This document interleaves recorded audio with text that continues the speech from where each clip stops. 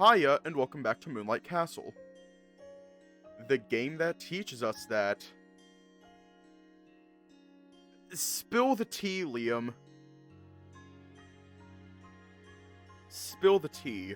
Just spill the tea. Give us all the details.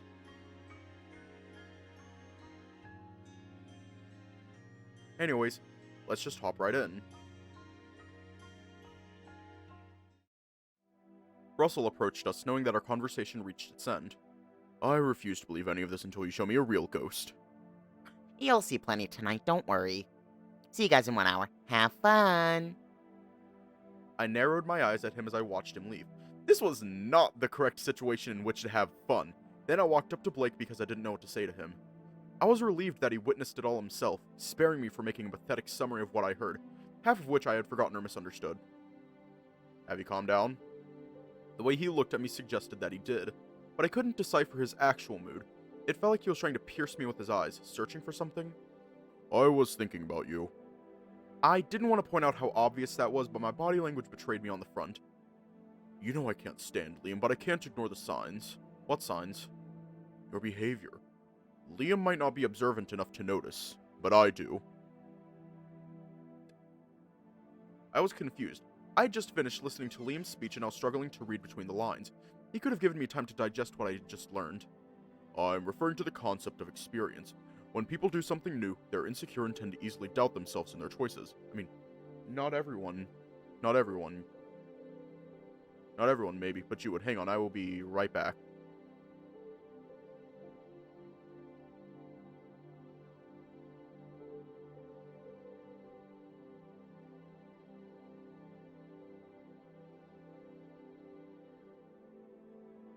And I'm back. I mean, not everyone, maybe, but you would. He just stabbed me for no reason at all. Oh, god damn it. My confidence totally just took a hit right now. I didn't mean it in a bad way. Sorry. It was too late for apologies. My heart was broken beyond repair. The point is that you seem accustomed to this, but you clearly have never done this before, am I right? Yeah, but that's impossible. Just like how you shouldn't have that thing around your wrist, but here we are. He sighed, facing the corridor shrouded in darkness. My whole thing with emotional damage, and this is not healthy at all. I don't know if anyone can relate, but it's like that comic by The Perp or Full Perp. I've already talked about it, but like, he whole ass gets stabbed in the chest. Like, emotional damage just straight up stabs him in the chest, and he's like, what the? Do it again, do it again! And I do that.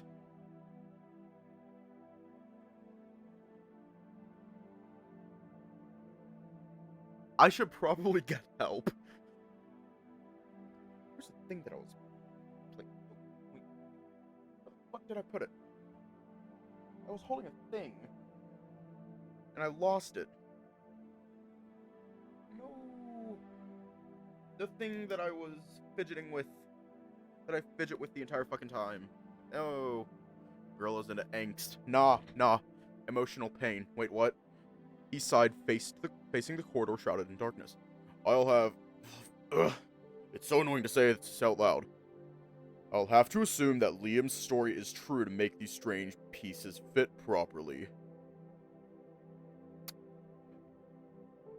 See, here's the thing.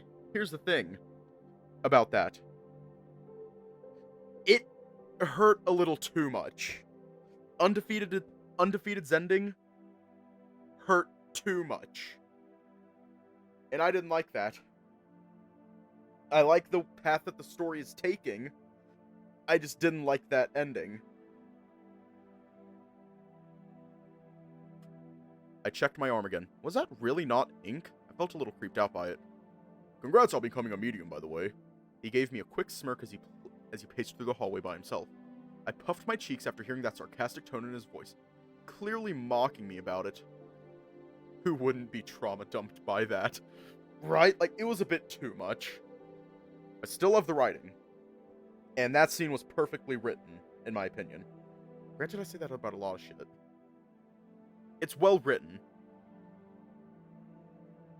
I just did not enjoy the emotional damage. No, we didn't get trauma crushed. We fucking got trauma pulverized. I puffed my cheeks after hearing that sarcastic tone in his voice, clearly mocking me about it.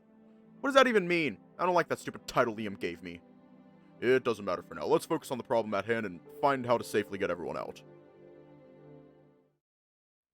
We're not allowed to skip. We returned to the lounge. Blake dug up Liam's book from his bag and compared the two layouts. According to this masterpiece, the staircase in the opposite hallway moved, and as much as I'd like to claim this as pure insanity, I can confirm the stairs did move because I remember them being off-centered. Would you like to check the rooftop one more time?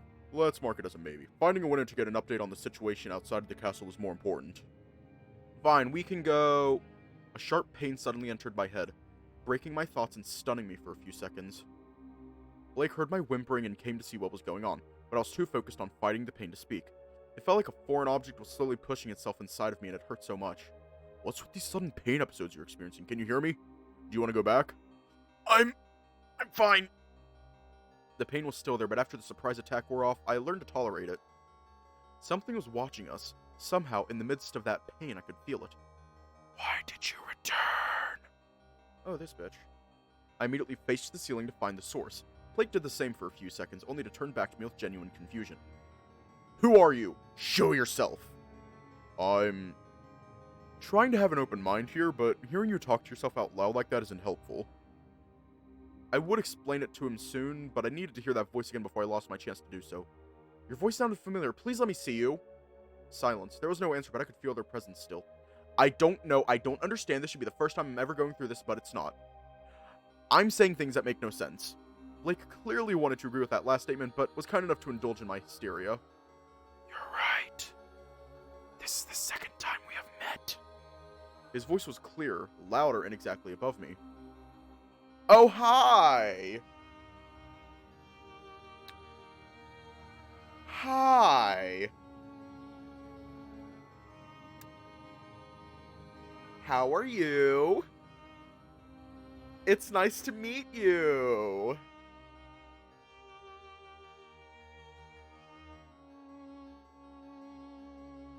If you'll excuse me... Hiya, welcome back.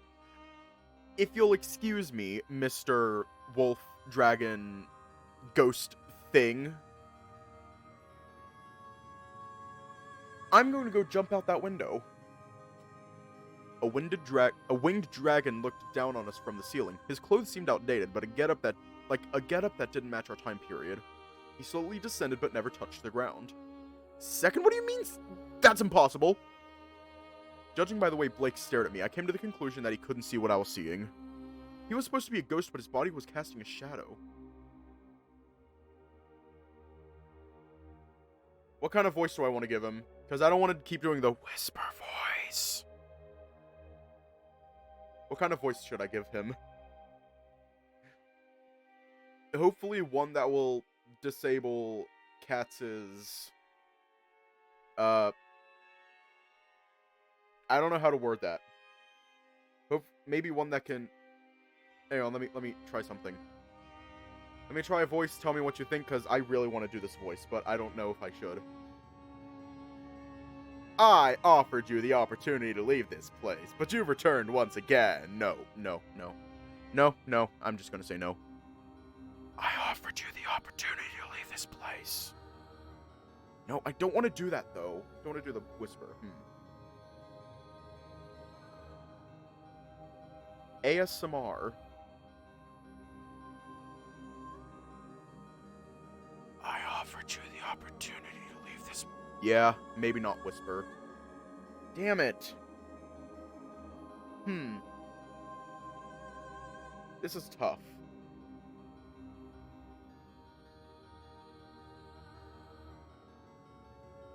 I offered you the opportunity to leave this place.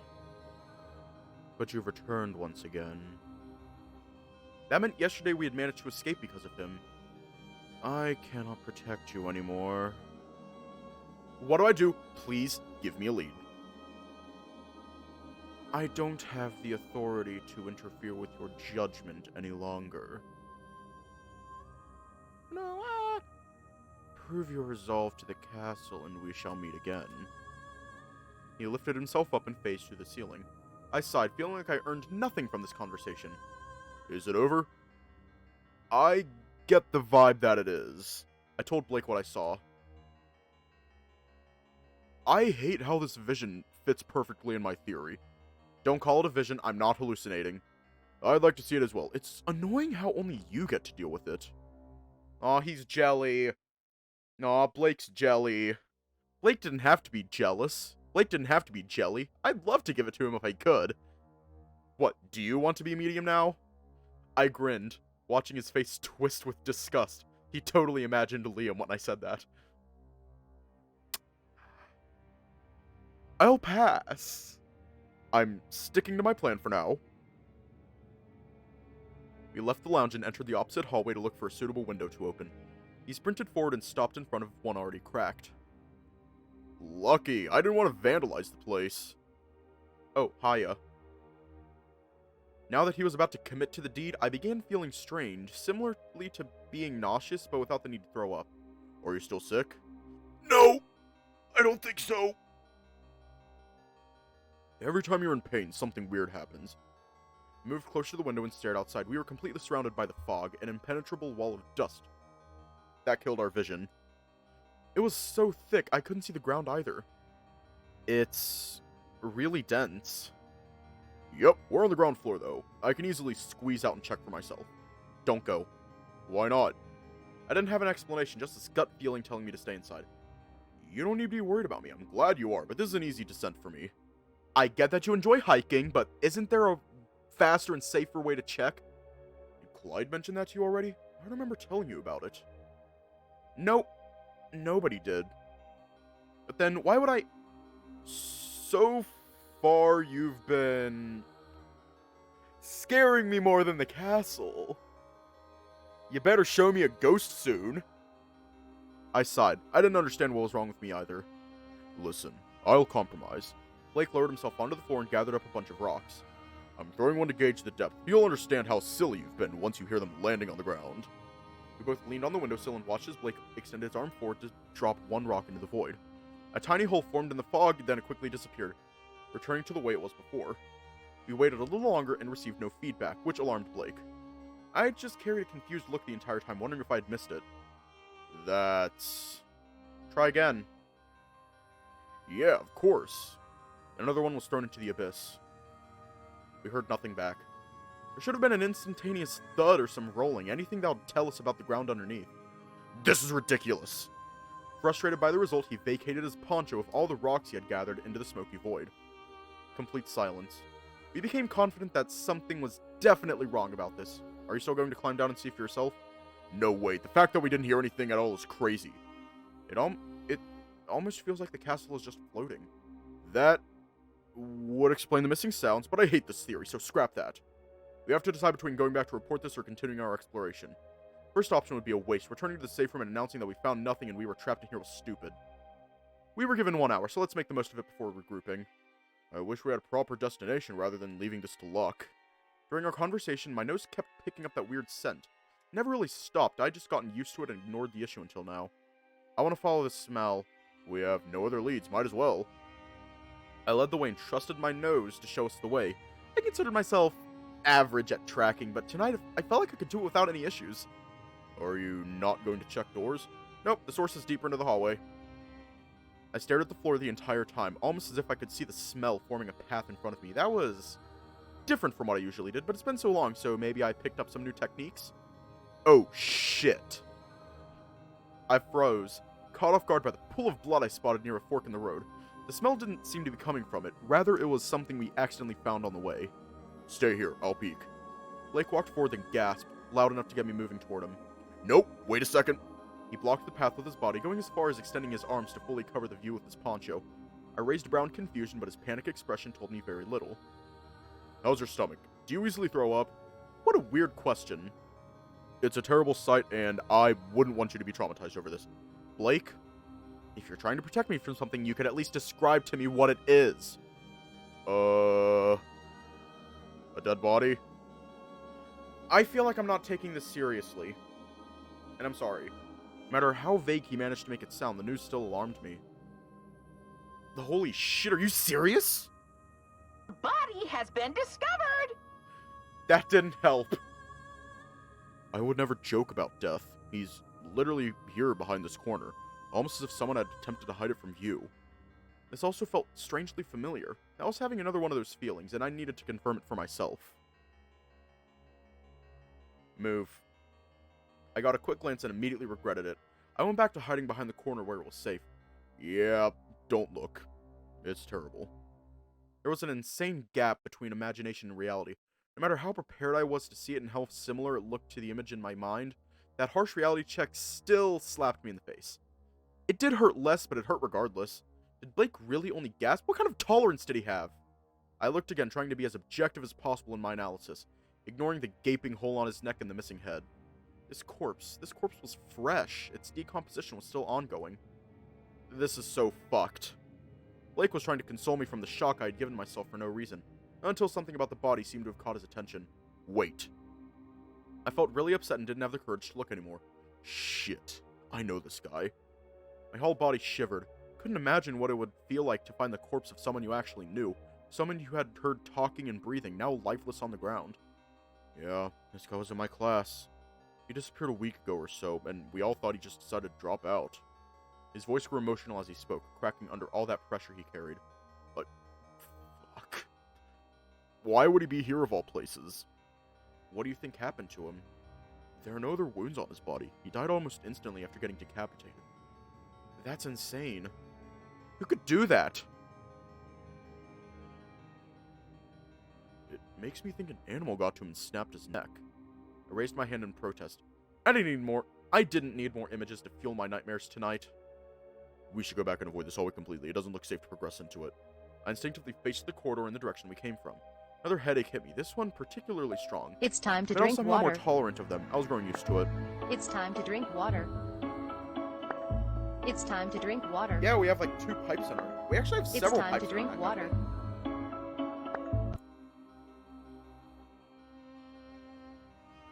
You know, like, for blood. You know, like, travel. But I know we at least have, like, 2 pipes in our neck. For the nose and the throat. But I think there's also, like, a tube. There's, like, multiple tubes in the neck for blood. Or there's just one, the jugular. I don't know. I'm not going to med school. Yeah, I'm not going to med school. I only understand first aid. Something was heading toward us, something dangerous. My eyes couldn't see through the darkness, but I didn't need proof to trust my gut. We're in danger. Follow me. I lowered my voice as much as I could while still thinking Blake could have picked it up. I tiptoed around the body and made my way deeper inside. Blake followed me shortly after. What's wrong now? Isn't it safer to walk the same path we just took? I don't know if this will make sense, but just, like, we can pinpoint where sound and smell come from. Pain works the same for me. When something that hurts is moving closer to me, I feel more discomfort.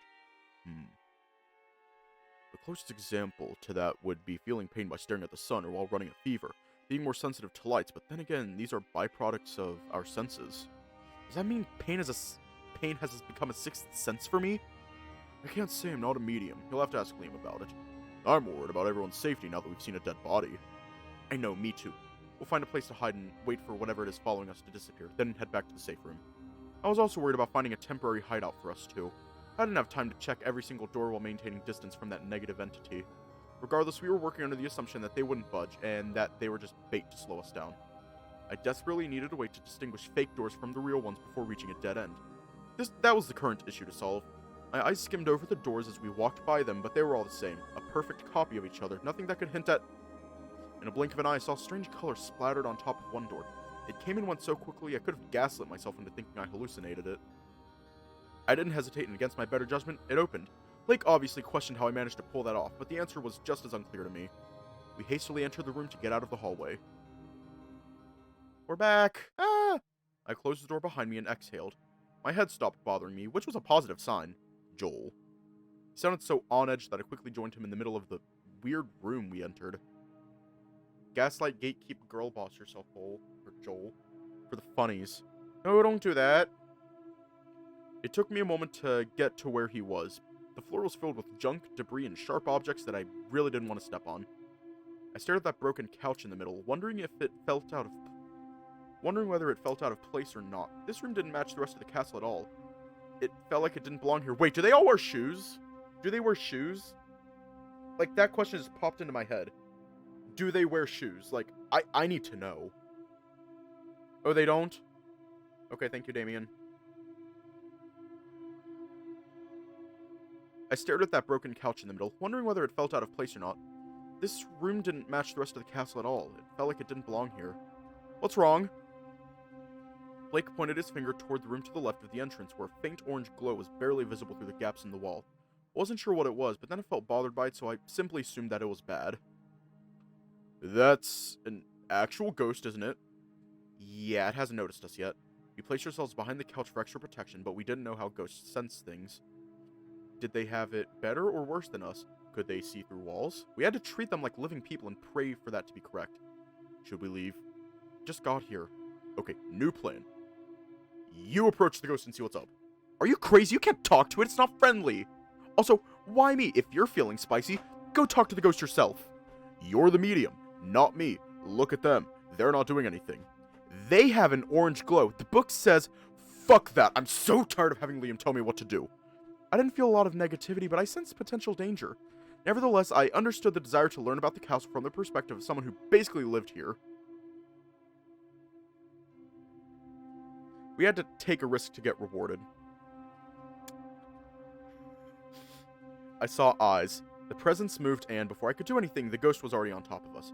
Leave! Wait, hang on, let me just...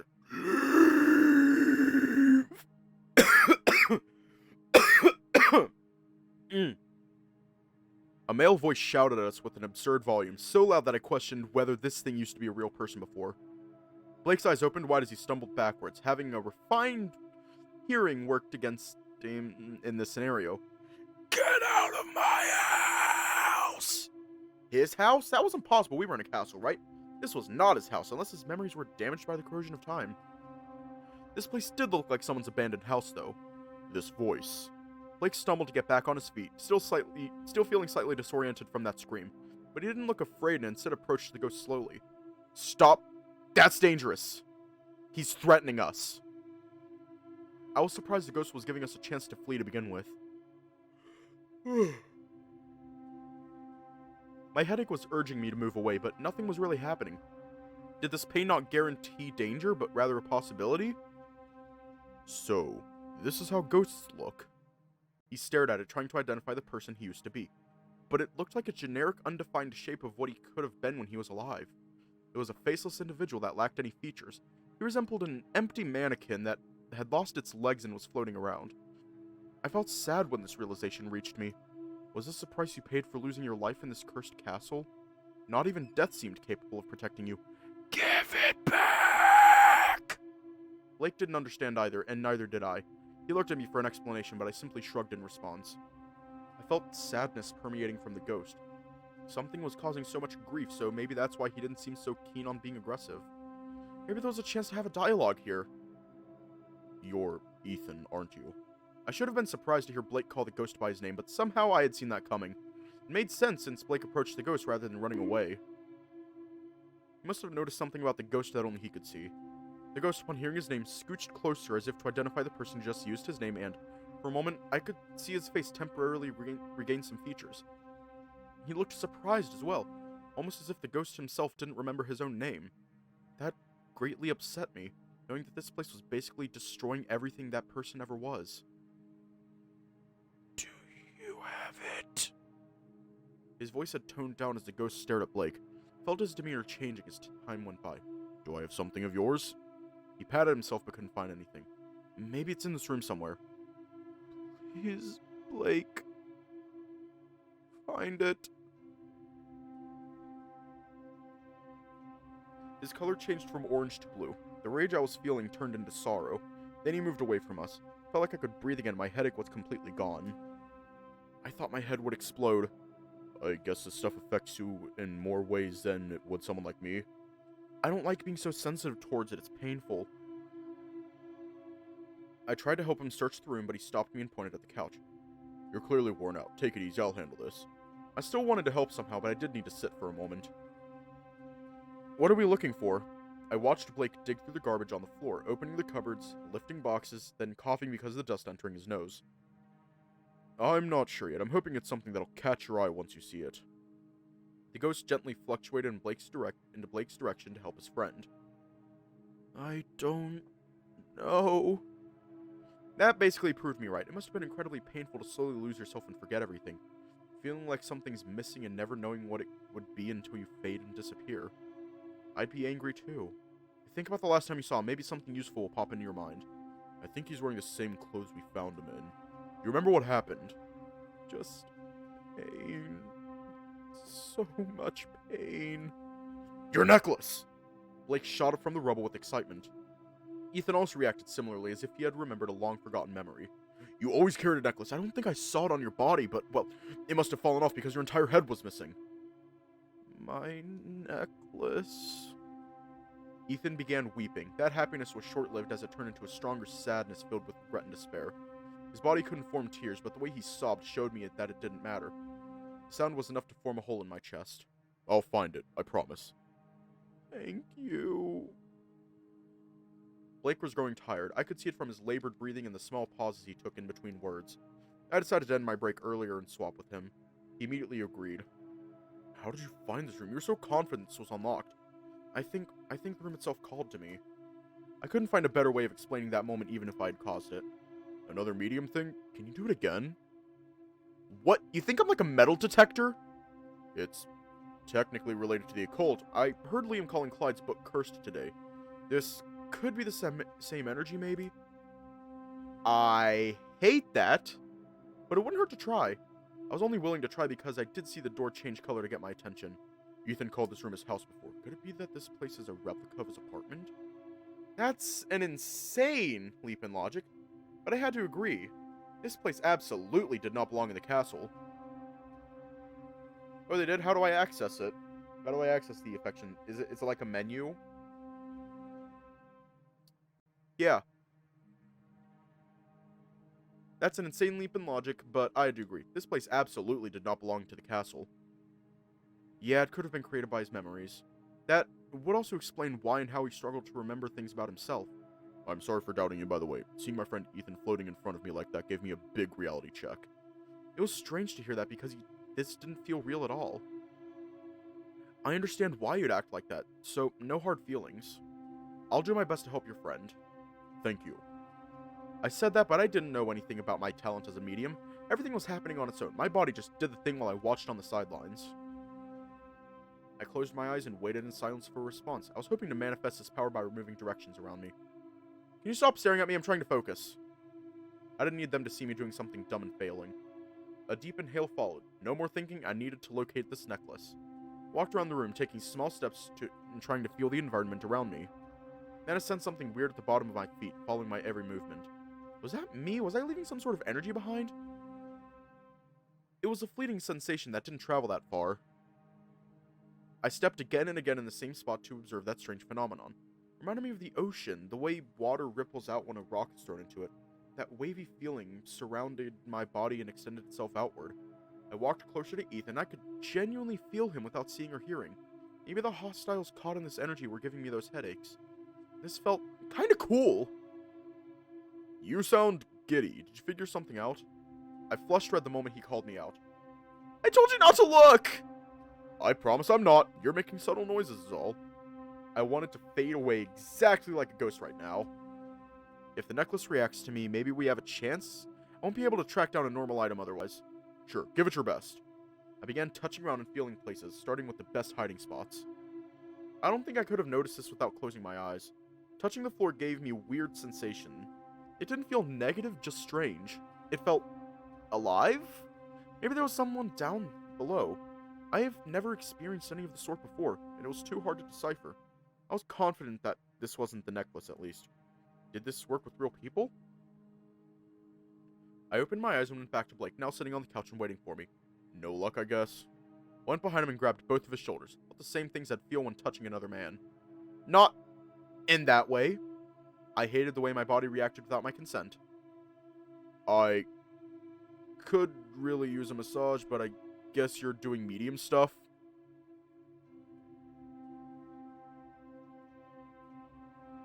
Why did Blake have to say that? I was struggling enough as is. I suppose so. I panicked and placed my hands on the couch instead, only for my heart to shake in response. Something just reacted to me from this couch. I didn't feel it before, so why now? Did I finally figure out how to use the sixth sense? Maybe positive energies were harder to detect? I found something. Really? Where? I asked Blake to move and pulled both pillows off the couch. A tiny chain was shoved into the corner, revealing a 4-leaf clover made with iron attached to it. This is it, I remember this! The ghost quickly jumped for it, forgetting about the simple fact he couldn't interact with anything in the room and phased through everything. His head slowly peeked up from the floor, whining in the direction of the necklace. Did my best to get it as close as possible to him and place it on the ground. Ed. He resumed crying, a desperate call to the cruel world that rejected him. I hated feeling so powerless against it. Everywhere I looked, I felt so much grief and sadness that running away seemed to be the only solution I could come up with. Blake scooched closer and grabbed my hand. I knew he was trying to reassure me that we were never alone in facing obstacles. It was about sharing that weight together and making it tolerable. This would open a path towards a better life. Ethan slowly faded away, somehow bringing that necklace along with him. Blake turned away from the sight, and I pressed against his poncho. Goodbye. He knows he's not going to make it. That necklace seemed to have returned some of Ethan's missing sanity. And with that energy he had left, he had decided to leave this place that reminded him so much of the things he had lost. I'm sorry, Blake. Don't say that. You did exactly what we asked of you. I should be thanking you instead. Then why did it all feel so painful? Why were we so upset? We didn't get to ask him anything, though. It's fine. I wanted him to describe death to me and how he felt. What are you talking about? You almost sound like... Words didn't leave my mouth. Just considering that idea alone was making me upset. Oh, don't mind me. I was just thinking out loud. You wouldn't be able to get the opportunity to speak to a dead man and learn the truth. It's like religion. The answer lies in the afterlife. He showed no concern about himself, just like that one time at the supermarket. You don't need to know now, though. Why not? Imagine how that would affect our reality. I didn't want to go through this again. I hated this conversation. I hated how it was making me feel. And I hated how it felt like I was running away again. I needed to say it. I'm tired of fighting, knowing that I'm going to lose. I'm tired of letting people trample over me. I'm tired of keeping everything inside because I'm afraid of being rejected. Blake. What? Oh, sorry, don't listen to me. It's this castle. Everything gets so grim, I can't help but wonder about certain things. Life can be so frail. Blake, are you suicidal?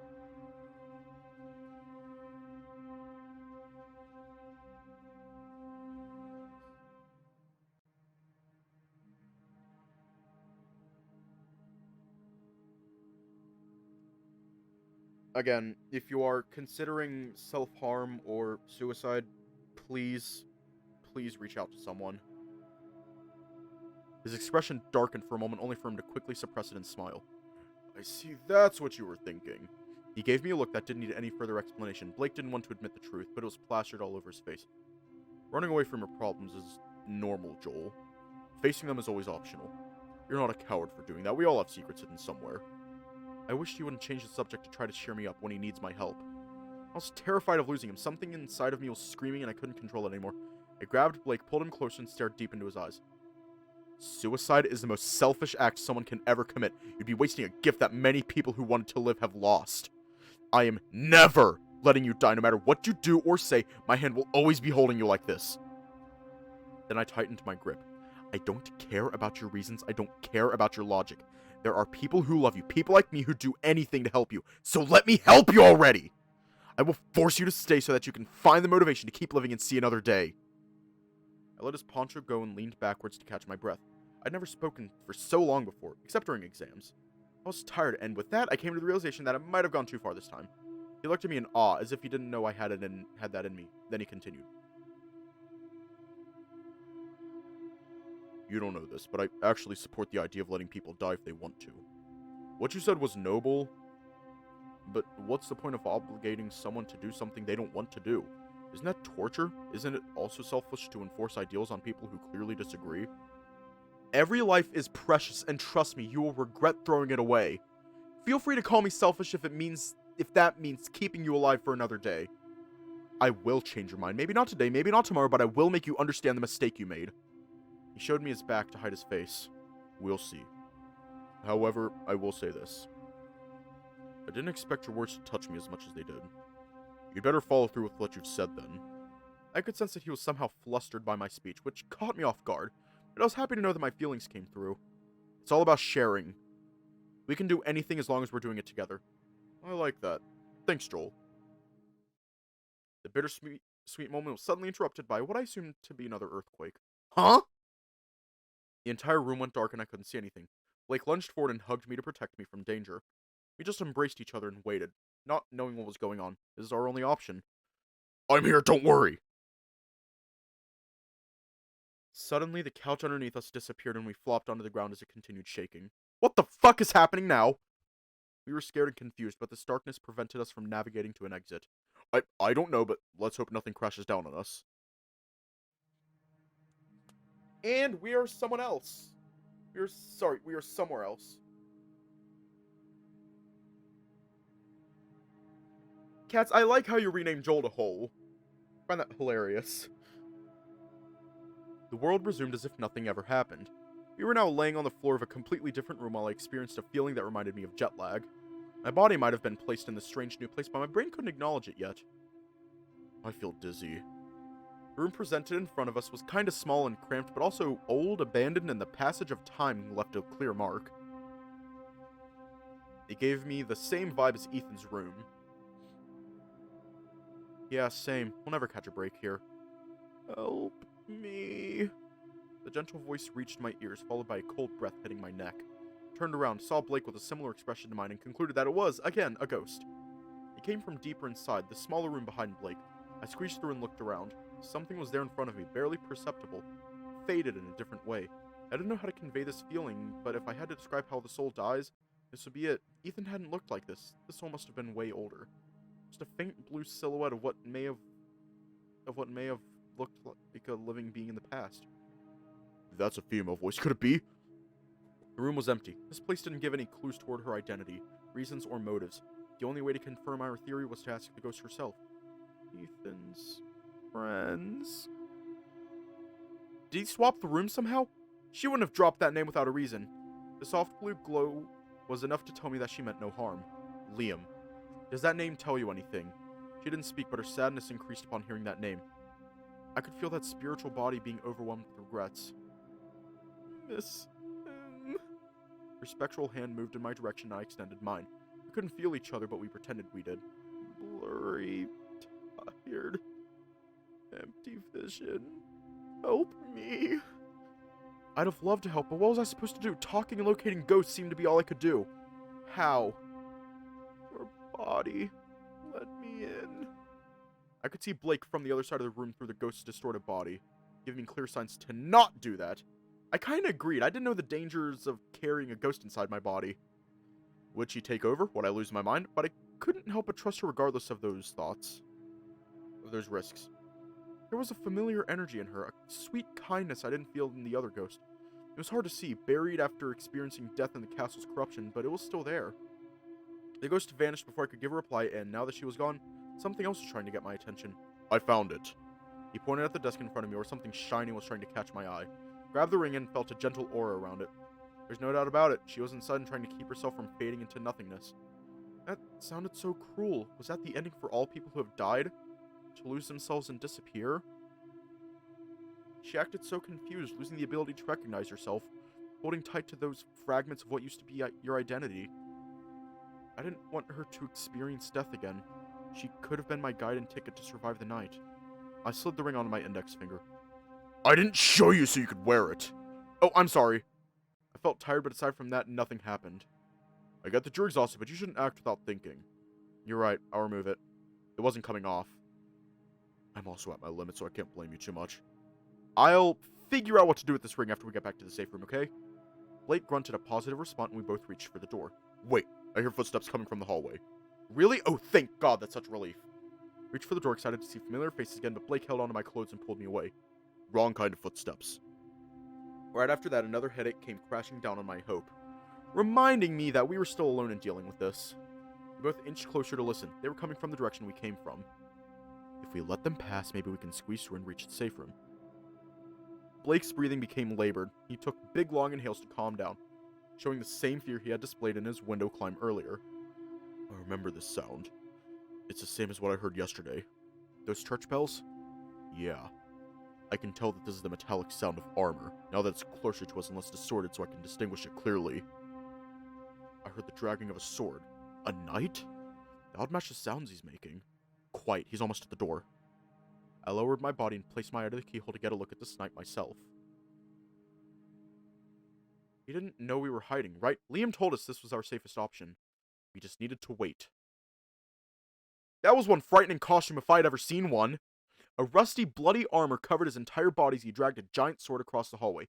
He left pools of blood wherever he stepped. His breathing was deep and labored, exuding genuine pain every time he inhaled more oxygen. Sloth. He whispered other words to himself, but the sword made too much noise to distinguish anymore. I felt relief when he continued walking down the hallway. We definitely didn't want him to notice us. Ha! One big magnet and it's over for that dude. You kinda want to poke his belly. Honestly, same.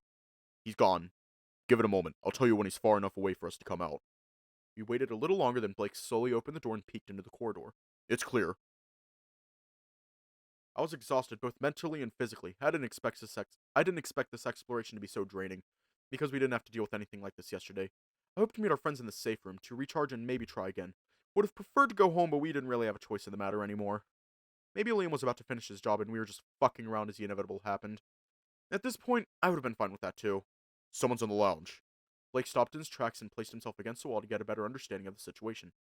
My head wasn't hurting, so I was begging God for our friends to be the ones waiting in the lounge. No way, that can't be. What's wrong? Who is it? Blake ignored me and walked inside the lounge. I did the same out of curiosity. It took me a moment to correctly understand what I was seeing. I blinked multiple times thinking that maybe I was losing my mind and this was just me hallucinating.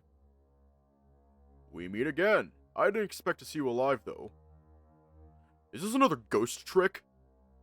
Please don't mistake this power for a mere trick. There's a lot more to it than just mimicking you. It was like staring at a mirror, but with the faulty reflection higher. Another Blake blocked the way and, with a little grin, stared at the original. We never run out of surprises in this castle, huh? I couldn't tell whether this faker was friendly or not. We were striking a conversation, so that was supposedly a positive sign, but... hang on. I couldn't see any ghostly outline, and he was also blocking our path to the safe room. This ghost must have been a special type, capable of having a body, unlike the other two we met. I'm just as surprised as you. I was experiencing a strange feeling from this conversation. It's different from the ones I've gone through tonight. It didn't strike me as a warning. You're in the way. Move. The faker locked on me, and upon gazing at my wrist, he smiled. Interesting. That's two surprises, not just one. You know, what do you know about my wrist? Fine, I'll throw you a bone. That brand was given to you by the king himself. That explains why your blind friend isn't on display anymore. What the fuck? I didn't understand anything, but my heart shuddered for some reason, like, really bad. You know I'm not blind. And you know that things stop working when you don't use them. You might think I'm crazy, but I like having a second opportunity. I didn't get to tell you everything about Blake last time, so aren't you curious even a bit? What was he talking about? We'd never met before.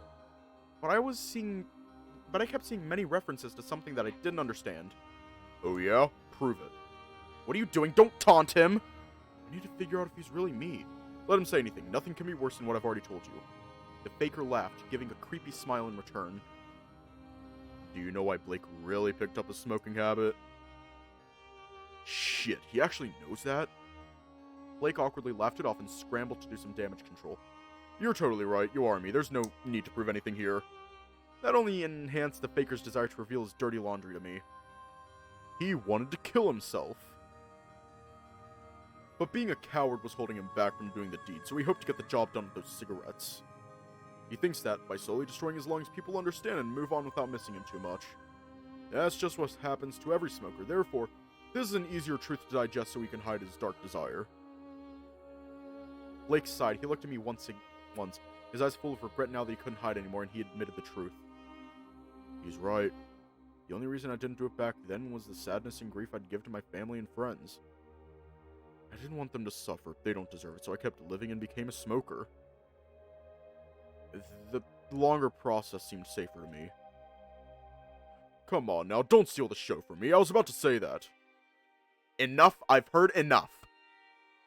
Upset much? You should be. We're fully aware of how overly attached you are to life and to the people you care about. We knew exactly how tragic this would have been for you to hear. Stop talking as if you understand Blake. You don't. Because if you truly understand how he felt, you wouldn't say this just to hurt us. I do understand you, though. That's why I'm here. I want to help you. I want to do exactly what Blake has always wanted to do. I knew what he was thinking and why he was hesitating, and I hated it. I reached for his hand and gripped it as hard as I could muster. Not this time. I will not let you do this again. Again? Why did I say that? You don't understand, Joel. There isn't a choice for you to make. You don't get that luxury. Everyone will die if you don't offer a sacrifice to the castle tonight. Everyone? This is the perfect opportunity for you, Blake. You can save everyone and die as a hero instead of a coward. You will be praised rather than shamed for running away. I could feel him slipping away from me. I was scared of failing again. You don't know if that's true. Then why was I so insecure about it? Shouldn't I have said that with much more confidence? I also dislike the idea of seeing my friends dying, not just you. Somehow, I can tell that everything he's said so far has been the truth. But truth can be subjective. Blake, show me the truth I want to hear the most. If you can give me that answer, I'll go with you. You can't do that! I don't want you to die! The faker walked closer and I struggled to get Blake away from him, but Blake didn't budge. He was stronger than me. At that moment, another image flashed before my eyes. It was this place again, but not quite the same. I didn't understand why it all felt so familiar to me. This already happened, and I failed. I was about to fail twice. I will lose him again, and I didn't have the power to fix any of this. Is that all? I know what you want, and I can give you more than that. Is that sentence your last meal? Yes. The faker showed hesitation, then impatience, then irritation. I stopped fighting Blake, and the wolf grinned, satisfied. I see. Thanks for telling me how it works. That sure was some good intel you provided. He began floating away, giving us that personal space I yearned for so badly. You won this round. But remember. Then he stared at me with a provoking look in his eyes. You won't get a second chance like this ever again. You're on your last life, Joel. The faker began fading away without moving from where he was floating until he was completely gone. Are we safe? Is it over? Did I protect you? The moment Blake let go of my hand, I dropped like dead weight onto the floor. I was going to enter a coma at this rate. I didn't understand what happened and how I managed to change the outcome. But somehow I did, and that's all that mattered to me. You okay? Sorry for leading you on. I needed to test how that faker operated, and by lying to you, I tricked him too. So, you don't want to die anymore? Well, you offered me that help that I already accepted. Shouldn't I give you a chance before doing something so drastic? I punched his arm. Ouch, what did I do? I hate that you're still considering it. I think I'd like to stay alive a little longer and see how things evolve from here.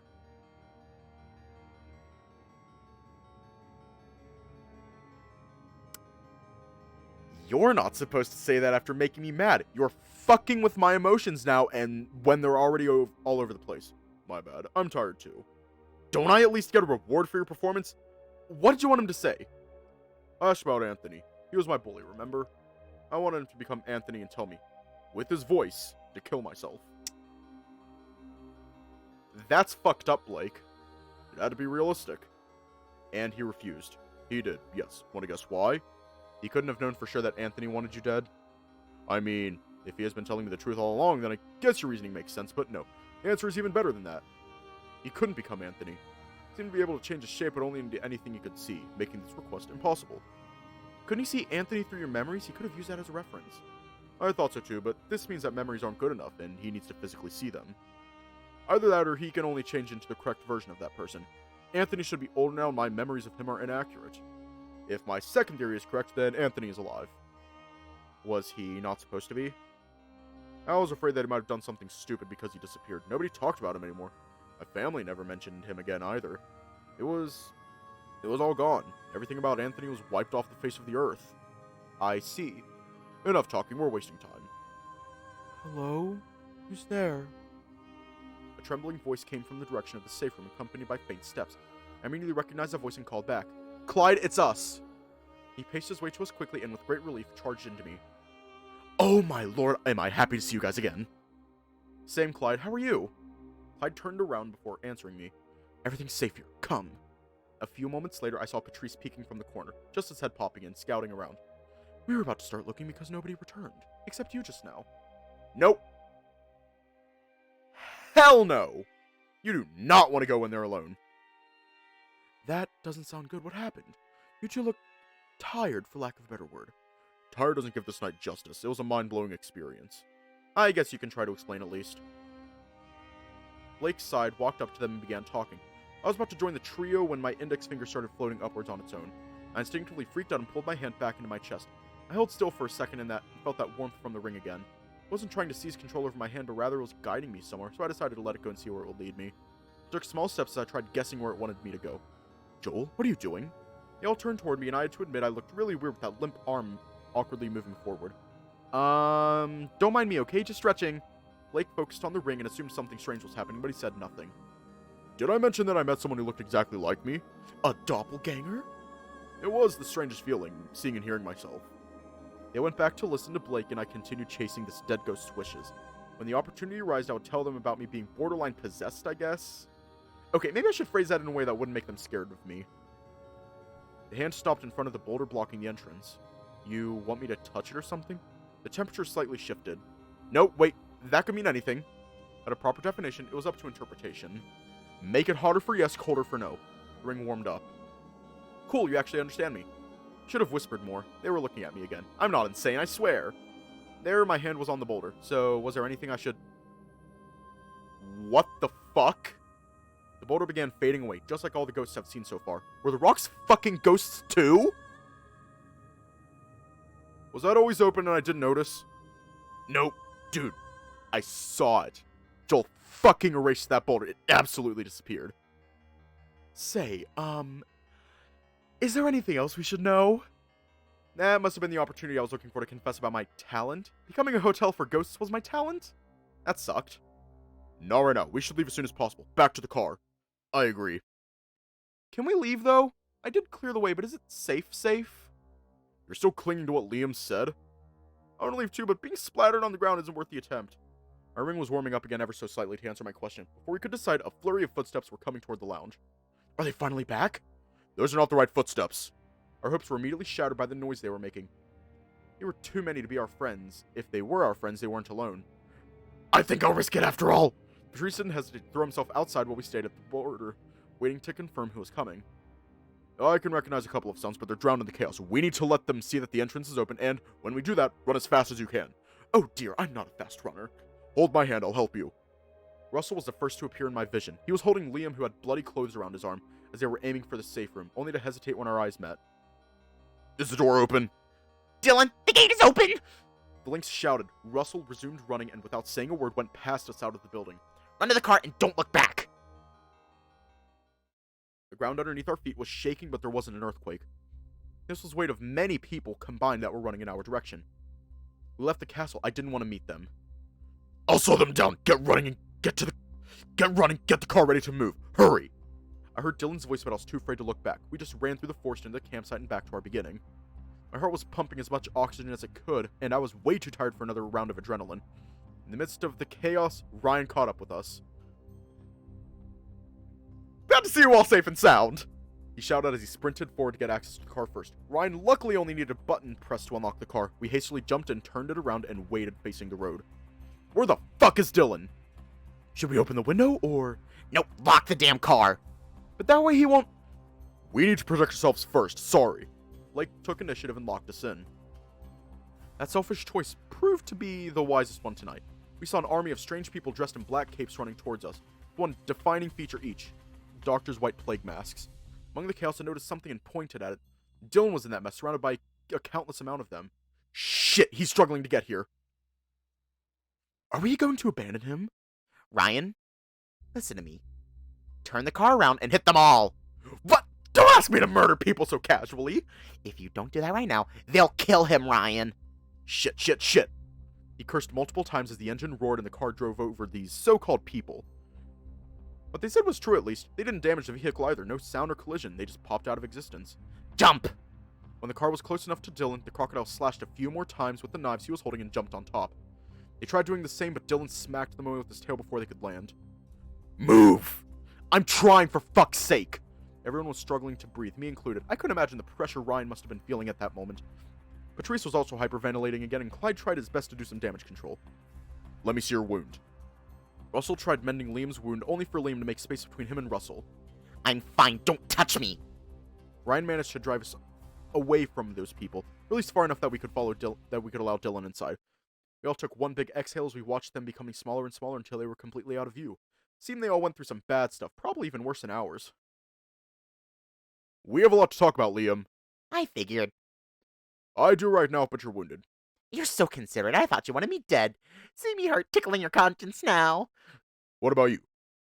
Do you not feel a slight shred of remorse for involving normal people into this? It wasn't supposed to be like this. I needed time to think about it. This discussion is for tomorrow. Clyde looked like he had something to say but held it in. We were both mentally and physically exhausted. There was no way we would be capable of holding a proper argument here. Patrice calmed down and the car went quiet again, with nothing but our thoughts to fill in the blanks. I wanted to sleep, to shut down my brain, but my body refused to obey me. It believed to be in danger still. That fear of dying permeated not just me, but everyone else too.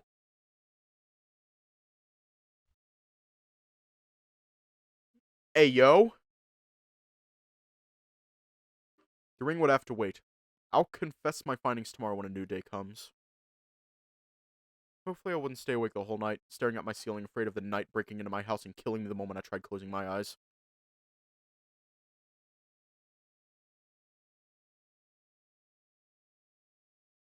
Well, that is Blake.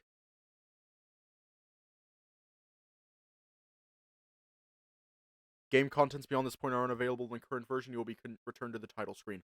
Fine with me.